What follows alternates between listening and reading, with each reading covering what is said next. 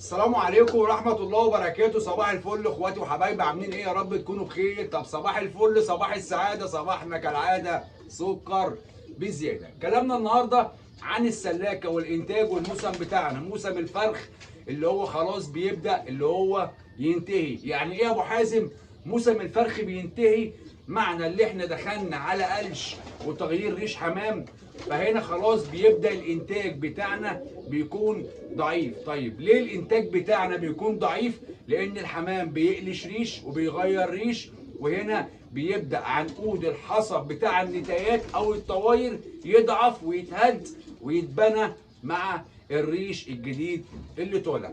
هل هما الاتنين مرتبطين ببعض يا تيربو؟ اه طبعا، العنقود الحصى مرتبط بالقلش. طيب هتقول لي في ناس بتفرخ في موسم القلش دوت وفي الصيف بيحصل والحمام ينتج معاك، ينتج لكن انتاجه مش هيكون زي ما يكون الحمامه في موسم الشتاء ريشها كامل متكامل متستف. هيكون هنا بقى ايه؟ هيطلع لك، احنا دايما بنقوله الزغلول بتاع الصيف مطعون. يعني ايه مطعون؟ الزغلول نازل لو طالع من البيضه ضعيف. ليه؟ لان مش واخد حقه، الكالسيوم بتاع النتايه وجسمها مش عاطي الزغلوله او الحصوايه حقها. ده بيرجع لايه بقى؟ للقلش، لان القلش بيسحب من دم الحمامه وبيضعف من جسمان الحمامه وبيضعف من كالسيوم الحمامه. كل ده بيأثر على عنقود الحصى او على البيض اللي بيكون طالع منه الزغلول. فانا النهارده الموسم ده عندي غلطتين حصلوا معايا وعاوزك تتعلم منهم. احنا مش ملاك، احنا بشر، وارد اللي احنا نغلط ونغلط ونغلط لحد ما بنتعلم. مفيش حد ما بيتعلمش غير لما بيغلط. في غيط الحمام بالذات كل لما تتعلم كتكوته نزلت الشارع. كل لما هتتعلم كل لما هتغلط، كل لما هتغلط كل لما هتتعلم، وهكذا غاية الحمام تعلمك من اخطائك. طيب ايه هما الغلطتين اللي انا عملتهم الموسم ده اثروا عليا في الفرخ؟ فعلا الموسم ده انا يعتبر اول الموسم لما لقيت الحمام في شهر 12، ودي بدايه اللقو بتاعنا بعد ما الحمام بيخلص قلش. انا بلقي في شهر 12، ربنا كرمني انتجت حوالي 25 او 30 زغلول اللي انا بعتهم في الاول، لان انا في الشتاء ما بربيش زغلول طالما في نش عندي فوق، ما بطلعش زغلول الغيه فوق. الغلطه اللي حصلت بعد كده بقى ايه هي؟ اول حاجه دخول حمام جديد السلاكه، وبالاخص سعديه اللي هي دي هوريها لكم اهي. النتايه دي يا جماعه، النتايه دي يا جماعه اول ما دخلتها السلاكه عندي دي كانت اكبر غلطه انا غلطتها في السلاكه بتاعتي اهي. ليه بقى اكبر غلطه غلطتها لما طلعت دي؟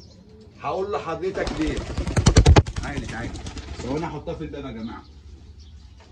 هقول لحضرتك ليه كانت اكبر غلطه انا غلطتها لما دخلت الحمامه دي السلاكه على طول. الحمامه دي كانت جايه وحامله مرض، كان عندها سالمونيلا، ويمكن انا صورت لكم فيديو بعد ما جت بيوم قلت لكم يا جماعه النتايه دي ضعيفه وما بتكلفش. ولما فتحت الدرج بتاعها لو رجعت الفيديو بتاعها كان في زبله خضراء جامده باسهال، فهنا كانت حامله مرض. هنا كانت بدايه للامراض اللي دخلت عندي في السلاكه. دي فوزيه ملناش دعوه بيها، بنت حلال وطيبه. اول ما دخلت عندي السلاكه كنت انا المفروض الحماميه دي اعمل لها حجر صحي بره. يعني حجر صحي طالما جايب حمام، وانا يمكن نبهت عليكم بالكلام ده، ولكن انا قلت لكم يا جماعه انا هدخلها واسيبها على الله. فدخلت الحماميه جوه، طبعا الحمامه كانت شايله المرض، بدا المرض يروح للباب اللي بعده للباب اللي بعده للباب اللي بعده لهنا لهنا، وبدات الدنيا تتكعبل معايا شويه. حمام دخل في روشه، حمام دخل في سالمونيلا. الحمد لله اللي قدرنا نلحقه وقفنا الموضوع ده. واللي وقع مننا الحمد وقع مني حوالي بتاع 4 حمامات، 2 زواجل او 3 زواجل وترى وزار من اللي هم البيض العادات. فدي كانت اول غلطه انا غلطتها في الموسم ده، وكلنا نتنبهوا منها قوي. مش معنى ان انا غلطت يبقى انا فاشل، لا، ده معنى ان انا غلطت يعني بتعلم، ومعنى ان انا بقول لك يبقى بنصحك. تاني غلطه بقى غلطتها وايه هي؟ لما سمعت نصيحه اخ راجل محترم حبيبي وليه كل الشكر والتقدير والاحترام، ولكن سمعت منه حاجه فقلت اجربها عندي، ودي ضرتني في عش الزغاليل اللي فات. نص عش الزغاليل اللي فات انا اتضريت فيه. ايه هو؟ الجير. لما قال لي انا بفرش جير في الطاجن وانا ما كانش عندي جرش، انا بشتغل دايما بالجرش اللي هو كسر المحاجر، الطوب الصغير ده انا بشتغل بيه ممتاز جدا معايا، فما كانش عندي. فاضطريت نزلت جنب مني مجاره جبت منها شجره جير مطفي وحطيت في الطواجن. كانت زغاليل لسه طالعه كده، طلعت لقيت الزغاليل اللي دبه نفسها في الجير واللي مش قادره واللي والدنيا باظت مني في العش اللي فات. يمكن عايز اقول لك اكتر من 8 9 زغاليل راحوا في موضوع الجير، ودي كانت الغلطه الثانيه اللي انا وقعت فيها في الموسم ده. اتعلم من غلطاتي ان انا غلطتها، ويعيش المعلم ويموت المعلم وهو لسه بيتعلم. انا مقتنع بالكلام ده، وانا اقل الناس في غايه الحمام وانا ابسط الناس، ولكن اللي بقدر اوصله لك بوصله لك. طيب عاوز تكلمني بقى النهارده في ايه؟ الايام اللي جايه لو انت بتنتج وبتفرخ هتيجي تقول لي عم ابو حازم الحمام كان بيبيض كويس وشغال ووقف مره واحده. هقول لك عشان الحمام داخل على قلش. الحمام كان بيجيب لي بيضتين بقى يجيب لي بيضه واحده. هقول لك عشان الحمام بقى داخل على قلش. هتقول لي الحمام كان بيجيب لي بيض حلو وكبير بقى يجيب لي بيض صغير وبقى بلي. هقول لك علشان الحمام داخل على قلش. كل القلش ده كله بيأثر على عنقود الحصى بتاع النتايه. طبعا انا لقيت الحمام الغزار يوم 27 ادي عندي قص 2 3 4 4 اسوس من الحمام بتاع الغزار حصه. خلاص كده كويس. هل اقدر اخد منهم عش تاني؟ ده اللي انا هشوفه او اجربه بعد ما الحمام بتاعي كله يحصى. الحمامايه اللي قعدت اسبوع او 8 9 ايام وجابت الحصويتين دي ممكن اخد منها عش تاني. الحمامايه اللي طولت عن 10 ايام، طولت عن 10 ايام خدت 12 15 يوم وراحت بيضالي وجابت الاتنين، دي بتقول لي انا كده خلاص بفلس حصى وعاوزه اريح. الحمامايه اللي هتجيب لي بيضه واحده، ده في قص تاني كمان هنا 6. الحمامايه اللي هتجيب لي بيضه واحده كده هي بتقول لي انا بفلس ومش هقدر ابيض تاني، فهبدا اخد الطواير دي كلها المها وهبدا اللي انا اطلع بيها في اللفت فوق اسيبها في اللفت، او الم الدكوره كلها بالحضان بالغزار واطلع اسيبهم في اللفت واخد الطواير كلها اسيبهم في الاوضه العازله اللي هناك اللي انا عاملها للتحضير بتاعت الساعه. طيب ايه الافاده من انك تسيب؟ لما تسيب الحمامه فانت بتشد عصب الحمامه تاني. يعني لو احنا طلعنا اي حمامه من دول نسيبها كده هتلاقي الحمامه مش قادره تطير، متكتفه. ليه؟ مش سايبه، قاعده من شهر 12 عماله تتفرخ. فانت تتكلم في 1 و2 و3 و4 4 شهور الحماميه مقفول عليها، فالطبيعي بتاعها اللي هي ما فيهاش عصب. لما انا بسيب الحمامه تاني ببدا اخلي الحمامه تشد اعصابها تاني، الحمامه تبقى اعصابها كويس، فكه جناحاتها فكه كتافها، ما تتكتفش مني ما تتجدلش مني، فدي بتصح للحماميه. في موسم القلش حاول على قد ما تقدر. فديت الحمام انا الحاجات الايجابيه هقول لك عليها والسلبيه اللي وقعت فيها هقول لك عليها. في موسم القلش حاول على قد ما تقدر الحمام اللي محبوس ده كله حطه في موسم القلش في اوضه كبيره، في اوضه واسعه ومكان واسع، وسيبه. سيب الديكوره لوحدها في مكان واسع وخد الطواير كلها سيبها في مكان تاني. هوريكم دلوقتي حاله عندي موجوده، دي حاله من ضمن الحالات. بص بقى هنا دي نتايه اهي، لو بصينا يا جماعه كلنا كده على عظمها من فوق زي ما حضرتك شايف، بص مهجره، بص الريش هنا مهجر ازاي، باين معانا قوي اهو. بص حضرتك عامل ازاي، بص بالله عليكم فوزيه طالعه تعمل ايه، فوزيه روحها فوزيه اهو مهجره. معنى كلمه مهجره يعني الحمامايه دي خلاص داخله على قلش. دي معبيه حصوايه، دي معبيه حصوايه اهي. هي رميت له واحده، النتايه دي اهي رميت لي حصوايه يوم 27، فوتنا 28 اللي هو امبارح، النهارده 29 ترمي لي الحصوايه الثانيه ان شاء الله. طيب نتايه زي دي اخدت السبع 8 ايام بتوعها المظبوطين وراحت رميت لي الحصويتين. ممكن اريحها 15 يوم ولا حاجه، واقوم مدخلها واخد منها حصوتين تانيين والله شكرا ليكي ريحي وكفايه عليكي كده. طب لو نتايه تانيه زي اللي فوق دي بقى اللي هي مزيكا دي مزيكا، وهوريكم مزيكا عامله ايه دلوقتي. بصوا يا جماعه دي مزيكا اهي. لو ركزنا بقى هنا على مزيكا، بص يا باشا هنا مفيش تحجير ريشه اهو، بس نفتح الجناح ده بص حضرتك، بص راميه ازاي بالاتنين، بص ريشه فاضي ازاي. طيب نبص على حجر مين بقى؟ على حجر مزيكا. المفروض اللي مزيكا متجوزه مع الطواير اللي حصت. ابص على حجرها اهو موسعه بس مش معبيه، اتاخرت. موسعه بس مش معبيه، اتاخرت. ممكن مزيكا تجيب لي حصوايه واحده، ولو جابت الاثنين هتتاخر شويه، ممكن تعدي ال 10 ايام، ممكن تخش في 15 يوم عقبال ما تجيب الحصويتين، وممكن تطول. كده بتقول لي ايه؟ انا بفلس حصى يا ابو التلابيب وكفايه عليا كده. خدها كده معززه مكرمه واعزلها واوقفها. طب لو اشتغلت عليها تاني ممكن تقعد بالشهر ولا حاجه وما تجيب لي حصويه تانيه. طب انا استفاد واريحها، لان كده كده زغلولها جاي مطعون. يعني ايه مطعون؟ هيطلع ضعيف. زغلول الصيف ضعيف غير زغلول الشتاء. زغلول الشتاء لو ضربته في الحيطه يجي لك تاني. زغلول الشتاء لو عدى الجو بتاعه والمناخ بتاعه كبر، انسى الامراض، انسى الميكروبات، انسى اي حاجه، انسى البكتيريا، انسى اي حاجه. ده زغلول الشتاء. واحلى زغلول تاخده بتاع طوبه وقمشير لو عدى منك.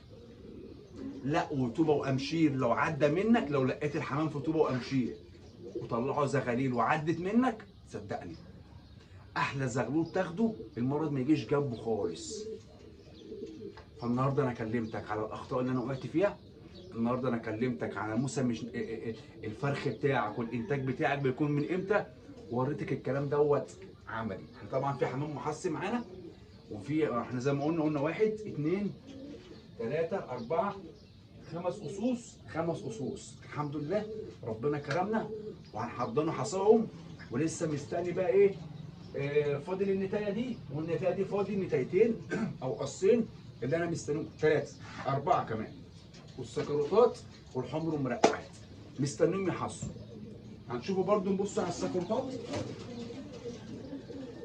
دي السكروتات برضو ايه؟ هنبص عليهم ونشوفهم. خلاص برضو بدأوا اللي هم يقلشوا. ابص على حجرها معبيه، السكروتات معبيه. اقعدي بقى اقعدي انت معبيه، بس برضو يرتاح الحمام، يرتاح عشان عنقود الحصى بتاعك. اسمع مني، لو انت فلسته بدري الحمام هيريح غصب عنك مش بمزاجك. هيقول لك طب انت مش عاوز تريحني؟ طبعا العنقود بتاع الحصى فضي وانا مش هحصي، وتحط الذكر على النتاب الشهرين مش هيجيبوا لك بيضه، لان احنا دخلنا في موسم قلش.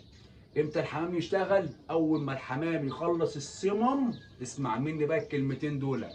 اول ما الحمام بتاعك كله يخلص سمم والسمم تنشف، بعد ما السمم تخلص ب 15 ب 20 يوم تبدا تلاقي الحمام بتاعك. وفي حاجه انا بعملها واكتر الغوايه بتعملها عشان الزغلول بتاعي يجيلي بصحه كويسه مفيش امراض، بدي كورس وقائي قبل اللقو. ايه هو الكورس الوقائي دوت؟ اول حاجه ببتدي بديدان، تاني حاجه بشتغل مطهر معوي، تالت حاجه بشتغل سالمونيلا، وبعد كده بشتغل فيتامينات واملاح، وبدي للذكر بعد كده سيلينيوم والنتايه كالسيومات.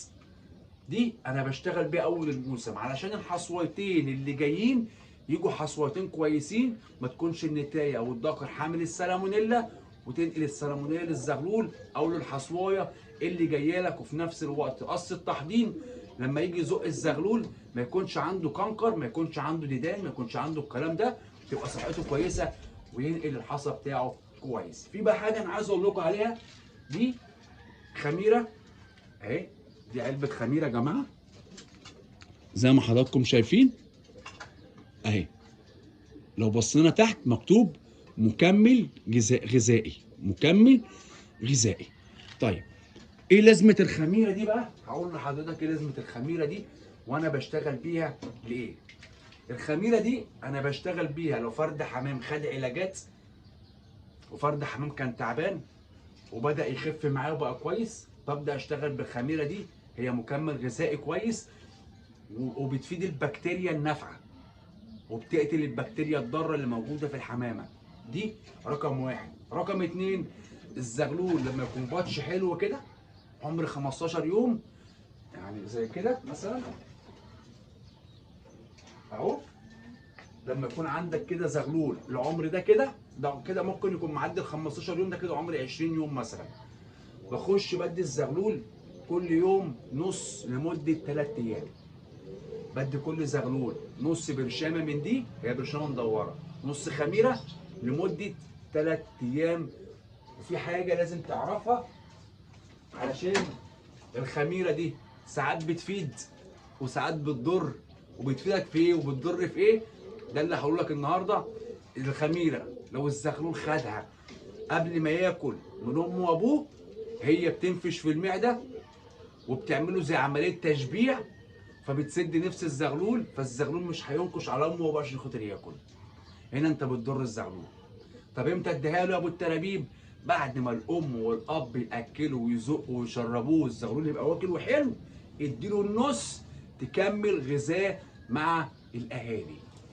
لان في ناس بتاخدها علشان تخس كبشري بقى، يعني لو واحده مثلا عاوزه تخس ومش عاوز تاكل ياما فبتاخد الخميره، الخميره بتسد نفسها لانها بتنفش في المعده، ولكن مش عطشان الغذاء الكامل.